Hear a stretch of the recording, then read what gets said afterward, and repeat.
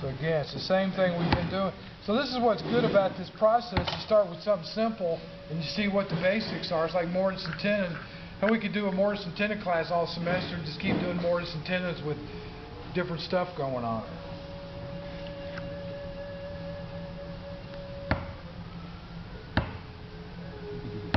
So with the dovetail stuff, I've seen that a lot in Western stuff. Is this all this stuff is like from all over, sort of? All over.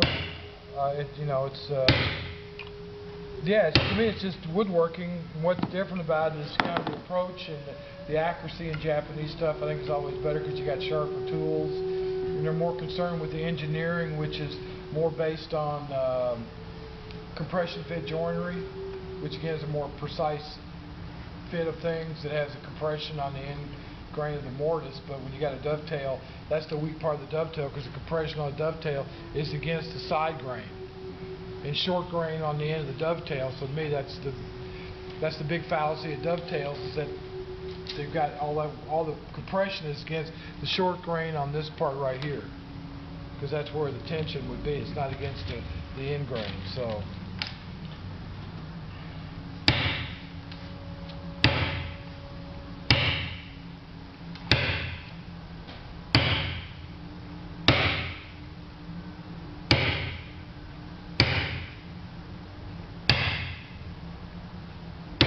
So I found when you got a mortise that's bigger than the chisel, it comes out much better if you stagger the cuts. Instead of doing all one side, you got to come back and pare that other side off. You can try it both ways and see what makes it easier.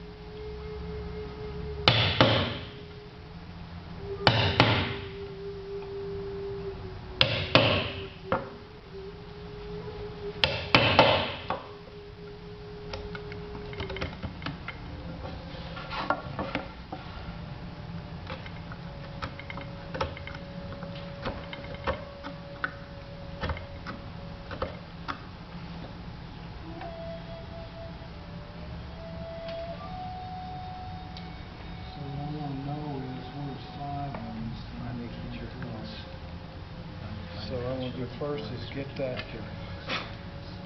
get my depth right there. Cross the bridge to get there. So I got to go about a half a boom more. So once I know kind of where I'm going, then it makes it easier.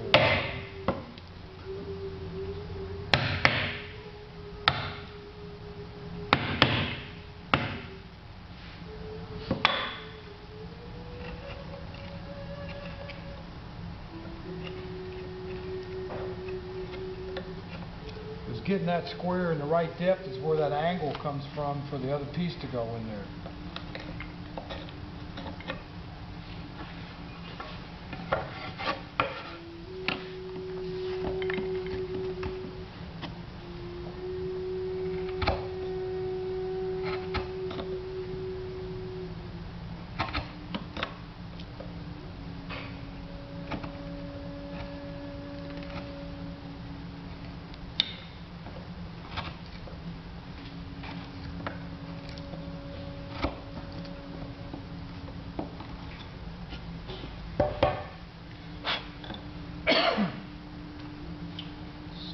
I'm starting to get it close right there. I got about a half a bow I got to go down.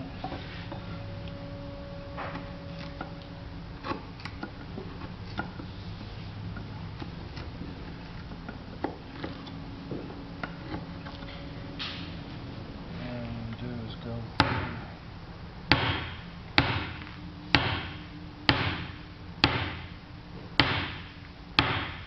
Trying to get the bottom of this mortise level with cutting the grain with the chisel.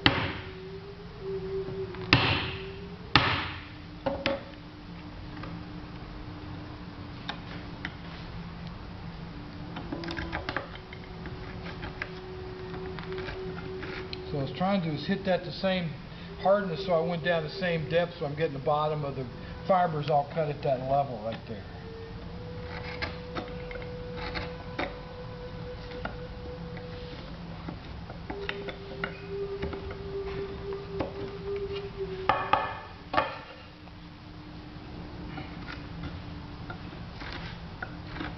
So once you got the fibers cut, then to get that smooth, I think going across the grain gives you a better flatness than going this way, because you don't pick up okay,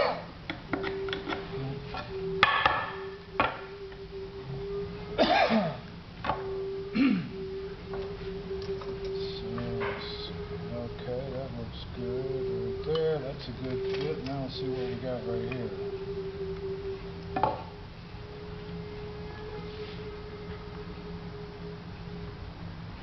Okay, I got to clean up that corner right there a little bit.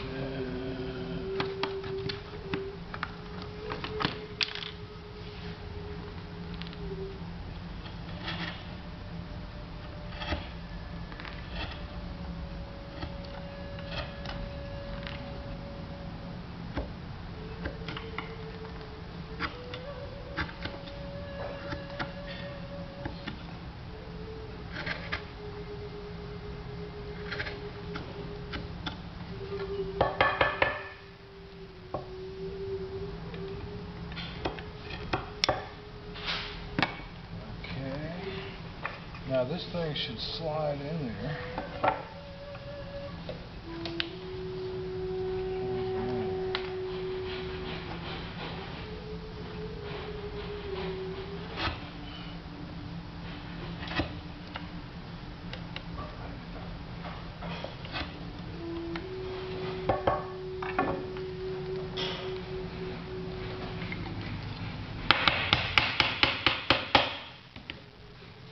Now what I'm looking at is that the depth is right to that middle line that I laid out on my dovetail.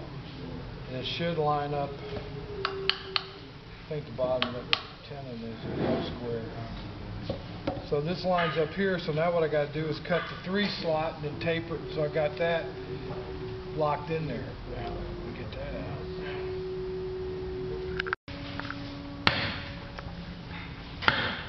This is a chisel that our friend Dave made. Diamond, that's his name he gave him. This is a chisel that he made that's a style made for cutting the die out, for making the die up. And he does it the way Utake does. Man, it's a different kind of steel. I was pretty impressed. Okay, now let's take this out of here. So it's laminated though? Yeah, it's laminated. It's just the tempering. He does the tempering. I think the key is that he tempers and laminates things at a much lower temperature, which changes the structure inside there somehow or the other, and it's the old way of doing it instead of heating it up to... Well, they talked about that.